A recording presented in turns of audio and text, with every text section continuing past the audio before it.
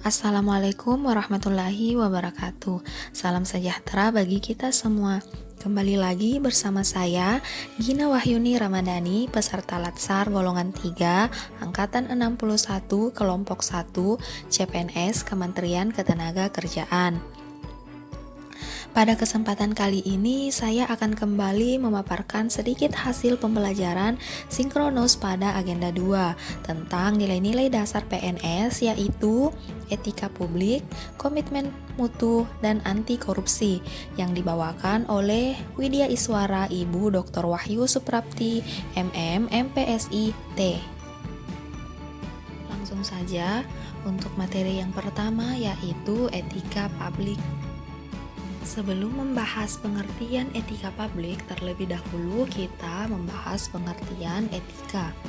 Etika merupakan refleksi atas baik atau buruk, benar atau salah yang harus dilakukan, atau bagaimana melakukan yang baik atau yang benar.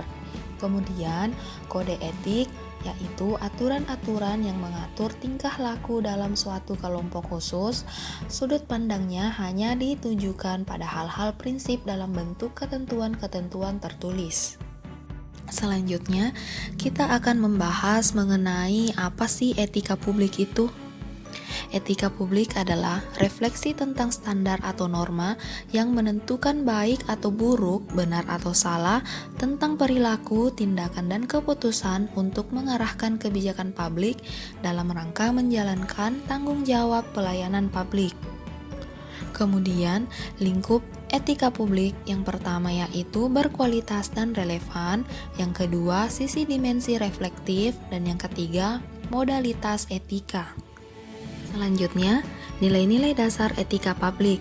Nilai-nilai dasar etika publik tercantum dalam pasal 14 Undang-Undang Nomor 5 Tahun 2014 tentang ASN, yakni sebagai berikut.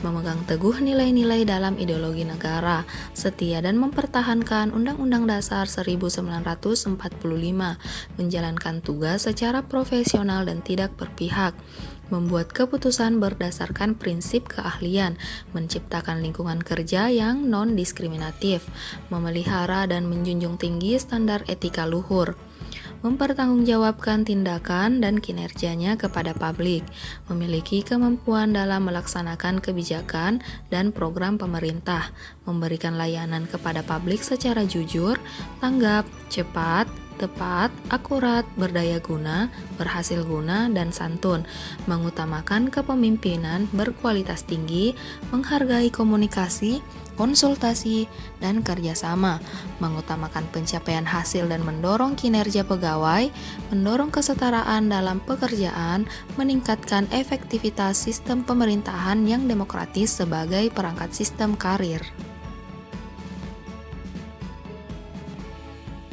Kemudian, dimensi etika publik. Dimensi etika publik di sini terbagi menjadi 3. Yang pertama, dimensi kualitas pelayanan publik. Yang kedua, dimensi modalitas. Dan yang ketiga, dimensi tindakan integritas publik. Selanjutnya, materi yang kedua yaitu komitmen mutu. Apa sih yang dimaksud dengan komitmen mutu? Komitmen mutu merupakan pemahaman konsep mengenai efektivitas, efisiensi, inovasi, dan mutu penyelenggaraan pemerintah, dan pelaksanaan pelayanan publik dengan berorientasi pada kualitas hasil dipersepsikan oleh individu terhadap produk atau jasa berupa ukuran baik atau buruk. Selanjutnya, konsepsi dasar komitmen mutu yang terdiri dari 4 poin. Yang pertama, efektivitas, yang kedua, efisiensi, yang ketiga, inovasi, dan yang keempat, mutu.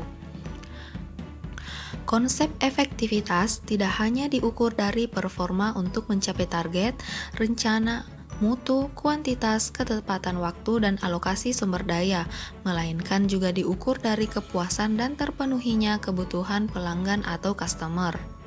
Kemudian, konsep efisiensi diukur dari ketepatan realisasi penggunaan sumber daya dan bagaimana pekerjaan dilaksanakan sehingga dapat diketahui ada atau tidak adanya pemborosan sumber daya, penyalahgunaan alokasi, penyimpangan prosedur, dan mekanisme yang keluar alur. Selanjutnya, konsep inovasi. Inovasi adalah suatu perubahan yang baru yang menuju ke arah perbaikan, yang lain atau berbeda dari yang ada sebelumnya, dilakukan dengan sengaja dan berencana. Tujuan utama inovasi yakni meningkatkan sumber-sumber tenaga, uang, dan sarana termasuk struktur dan prosedur bagi organisasi. Kemudian, mutu. Mutu merupakan suatu konsep dinamis berkaitan dengan produk, jasa, manusia, proses dan lingkungan yang sesuai atau bahkan melebihi harapan konsumen atau pengguna. Nilai-nilai dasar komitmen mutu terdiri dari 4 bagian. Yang pertama, orientasi mutu yang terdiri dari komitmen pada kepuasan pelanggan, cepat dan ramah, melayani dengan hati, melayani dan mengayomi, serta perbaikan berkelanjutan.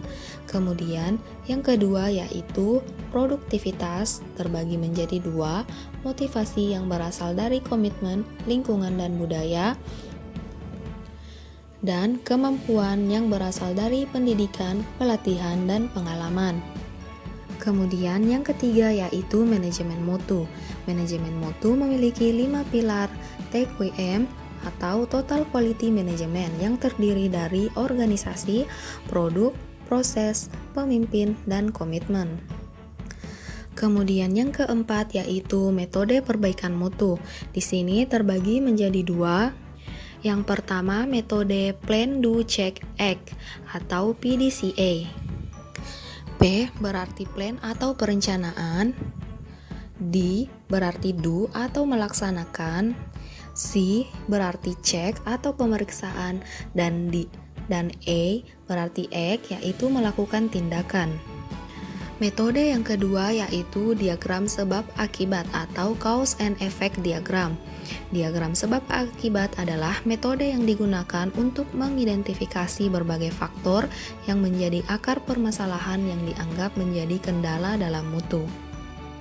Selanjutnya, pendekatan inovasi terdiri dari penemuan, pengembangan, duplikasi, dan sintesis.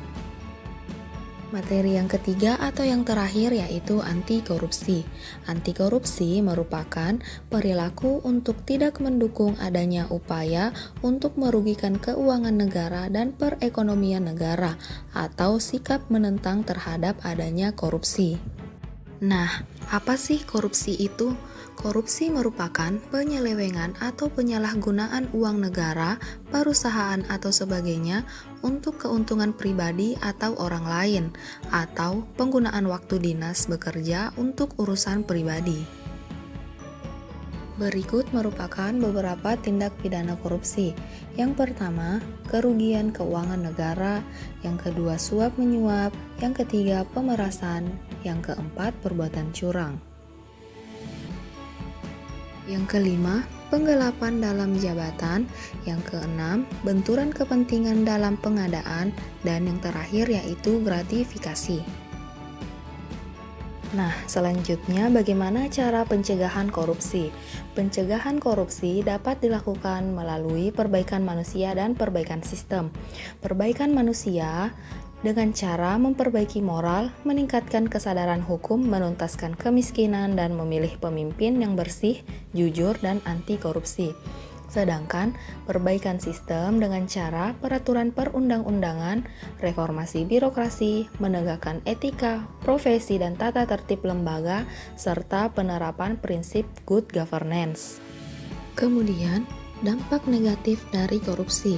Yang pertama, berdampak pada tata politik, yaitu ketidakstabilan politik, pengambil alihan kekuasaan, hilangnya bantuan luar negeri, dan hilangnya kewibawaan pemerintah. Yang kedua, berdampak pada tata ekonomi, yaitu pemborosan sumber-sumber, larinya modal ke luar negeri, gangguan terhadap perusahaan, dan gangguan penanaman modal.